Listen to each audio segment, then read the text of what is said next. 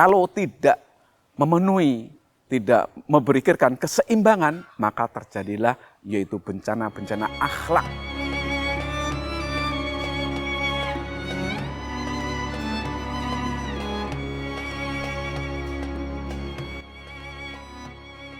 Assalamualaikum warahmatullahi wabarakatuh.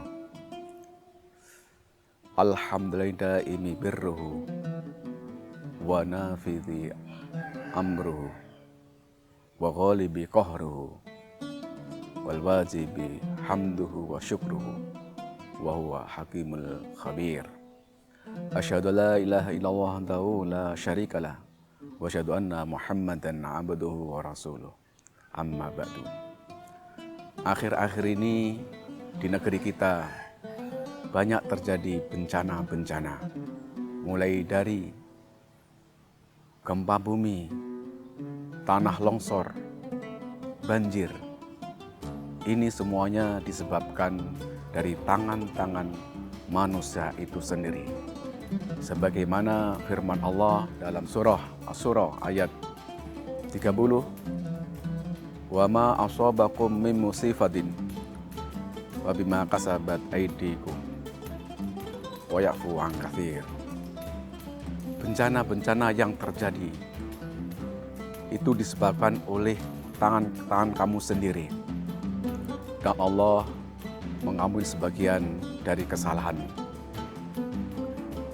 Dari ayat di atas terdapat sebab dan akibat, hukum sebab dan akibat.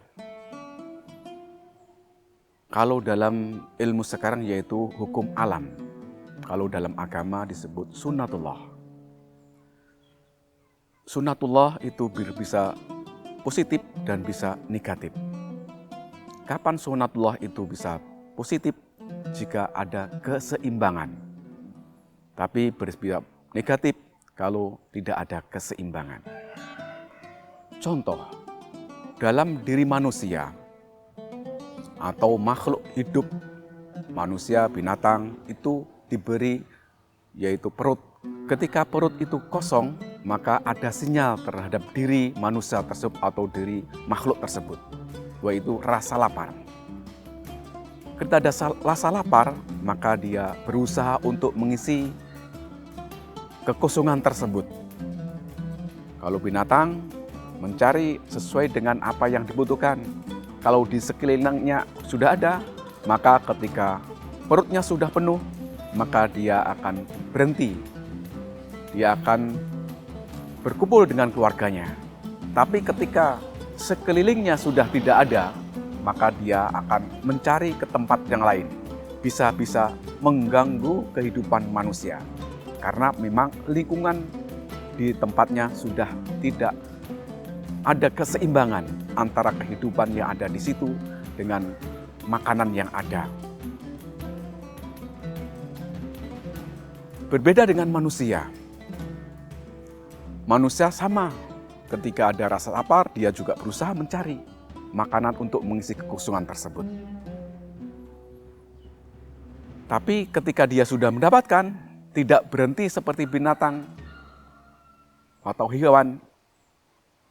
Dia berusaha berpikir, oh saya makan tidak hari ini saja, besok saya juga makan. Besoknya lagi juga makan. Ya makan bukan saya sendiri, keluarga saya juga perlu makan. Anak-anak saya juga perlu makan. Akhirnya timbullah dari manusia perasaan untuk menumpuk, yaitu bekal makanan. Hartanya supaya dia bisa nantinya ketika butuh sewaktu-waktu bisa terpenuhi isi perut tersebut. Tidak peduli bagaimana caranya. Maka kalau dia sudah berpikir untuk memenuhi dengan menumpuk-numpuk hartanya, maka dia kadang-kadang tidak memikirkan keseimbangan daripada apa yang dikerjakan. Kalau dalam agama itu orang yang kaya itu supaya ada keseimbangan, maka sebagian dari hartanya harus dikeluarkan, yaitu bisa dengan berupa yang wajib itu zakat, yang sunnah itu sedekah. Kalau terjadi seperti itu, maka akan terjadi kedamaian, ketenteraman dalam kehidupan manusia. Nah sekarang banyak bencana seperti gempa. Apa sebab terjadi gempa? Karena manusia rakus, tomak, sombong, ingin menguasai semua apa yang ada di muka bumi ini. Apa yang di muka bumi semua dikeluarkan. Bertahun-tahun digali. Akhirnya di dalam perut bumi ada kekosongan. Ketika ada kekosongan, maka benda lain akan mengisinya.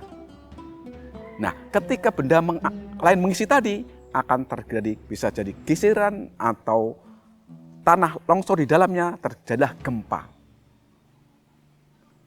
Belum kalau bergeser itu, sesuatu yang bergeser itu,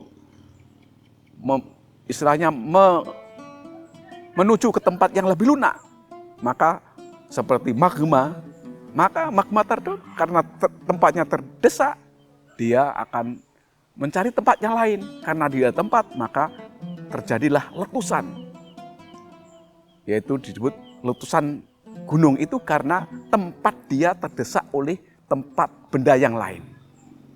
Nah ini semuanya karena tidak ada keseimbangan. Kalau ada keseimbangan tidak terjadi, namanya banjir tidak terjadi. Kenapa tidak terjadi? Karena di Indonesia curah hujan seberapa? Maka supaya banjir atau hujan itu bisa tidak semuanya mengalir ke tempat yang benar, maka perlu penghalang-penghalang. Apa penghalangnya? Yaitu tumbuh-tumbuhan. Ketika banyak tumbuh-tumbuhan, maka hujan bisa ditahan oleh daunnya, bisa ditahan oleh akarnya, sehingga semua air yang turun dari langit itu tidak semuanya mengalir ke sungai, sehingga terjadi banjir. Nah ini aneh keseimbangan. Kalau memikirkan itu, insya Allah tidak terjadi namanya bencana.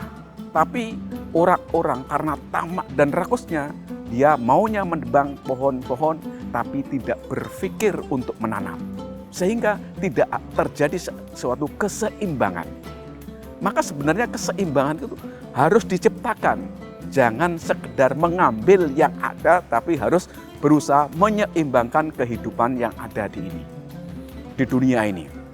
Kalau masalah yaitu kerakusan itu, efeknya juga terjadi yaitu bencana-bencana akhlak.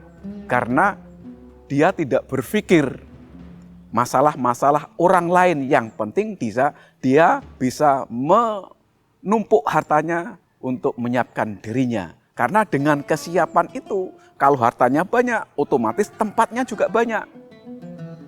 Alatnya untuk numpuk juga banyak. Apalagi dia berpikir bagaimana bisa membuat sumber, yaitu untuk menciptakan harta tersebut, pabrik dan sebagainya. Kalau tidak memenuhi, tidak memikirkan keseimbangan, maka terjadilah yaitu bencana-bencana akhlak. Karena apa? Karena ada ketimpangan antara orang yang kaya dan yang miskin. Sebenarnya Allah sudah mengatur semuanya untuk keseimbangan dunia ini. Kalau dalam agamanya yaitu dengan aturan-aturan yang ditetapkan dalam agama itu. Selagi orang berpedoman kembali kepada agama, insya Allah tidak akan terjadi bencana-bencana seperti itu. Karena apa? Keseimbangan akan selalu terjaga. Karena sekarang banyak ketimpangan, keseimbangan antara kehidupan orang-orang kaya dan orang-orang miskin, maka banyak terjadi bencana-bencana. Karena orang miskin untuk mencari makan untuk hari itu, kadang-kadang berpikir dan sebagainya, kalau tidak ada jalan, maka jalan apapun akan ditempuhnya. Jalan-jalan yang dilarang pun akan ditempuh. Itu gara-gara tidak ada keseimbangan antara orang yang kaya dan yang miskin, karena tidak pernah menepati keseimbangan tersebut. Dengan demikian, maka perlu kita menjaga keseimbangan dunia ini supaya tidak terjadi lagi bencana-bencana, entah itu bencana alam ataupun bencana akhlak yang ditimbulkan oleh ulah manusia itu sendiri. Mungkin sekian yang bisa saya sampaikan pada kesempatan hari ini. Kurang lebihnya mohon maaf. Wassalamualaikum warahmatullahi wabarakatuh.